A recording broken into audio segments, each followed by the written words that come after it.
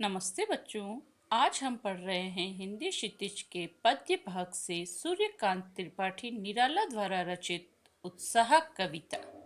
कविता पढ़ने से पहले हम कवि सूर्यकांत त्रिपाठी निराला का जीवन परिचय पढ़ेंगे। तो आइए पढ़ते हैं। छायावाद के प्रमुख आधार स्तंभ सूर्यकांत त्रिपाठी निराला का जन्म 1809 ईस्वी में बंगाल के महिषादल में हुआ था। निराला की औपचारिक शिक्षा घर पर ही हुई। उन्होंने स्वाध्याय से संस्कृत, बंगला, अंग्रेजी का ज्ञान अर्जित किया। वे संगीत और दर्शन शास्त्र के भी गहरे जानकार थे। रामकृष्ण परमहंस और विवेकानंद की विचारधारा ने उन पर विशेष प्रभाव डाला। निराला जी का पारिवारिक जीवन दुखों और संघर्षों से भरा हुआ था। पिता, चाचा, पत्नी सभी की मृत्यु के पश्चात उनकी पुत्री सरोज की भी मृत्यु हो गई। पारिवारिक जनों के असामयिक निधन ने उन्हें भीतर तक तोड़ दिया। साहित्यिक मोर्चे पर भी उन्होंने अनवरत संघर्ष किया। उनकी मुख्य काव्य रचनाएं हैं अनामिका, परिमल, गीतिका, कुक्कुरमुत्ता और नए पत्ते। उपन्यास, कहानी, आलोचना और निबंध लेखन में भी उनकी ख्याति अविस्मरणीय है। निराला रचनावली के 8 खंडों में उनका संपूर्ण साहित्य प्रकाशित है। निराला जी विस्तृत सरोकारों के कवि थे। दार्शनिकता, विद्रोह, क्रांति, प्रेम की तरलता और प्रकृति का विराट तथा उदात्त चित्र उनकी रचनाओं में मिलता है। उनके विद्रोही स्वभाव ने कविता के भाव जगत और शिल्प जगत में नए प्रयोगों को संभव किया।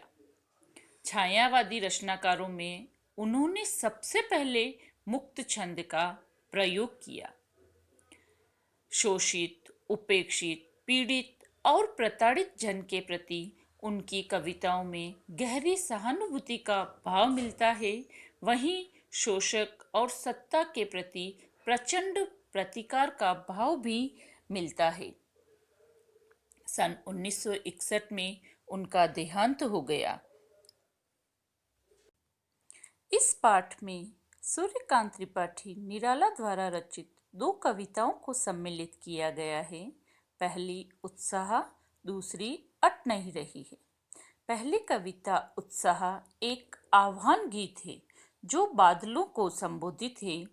उत्साह कविता के अंतर्गत बादलों को एक ओर तो लोगों की आकांक्षा, इच्छाओं को पूरा करने वाला बताया है तथा दूसरी ओर उन्हें विध्वंस, विप्लव अर्थात विद्रोह और क्रांति चेतना के प्रतीक के रूप में बताया है।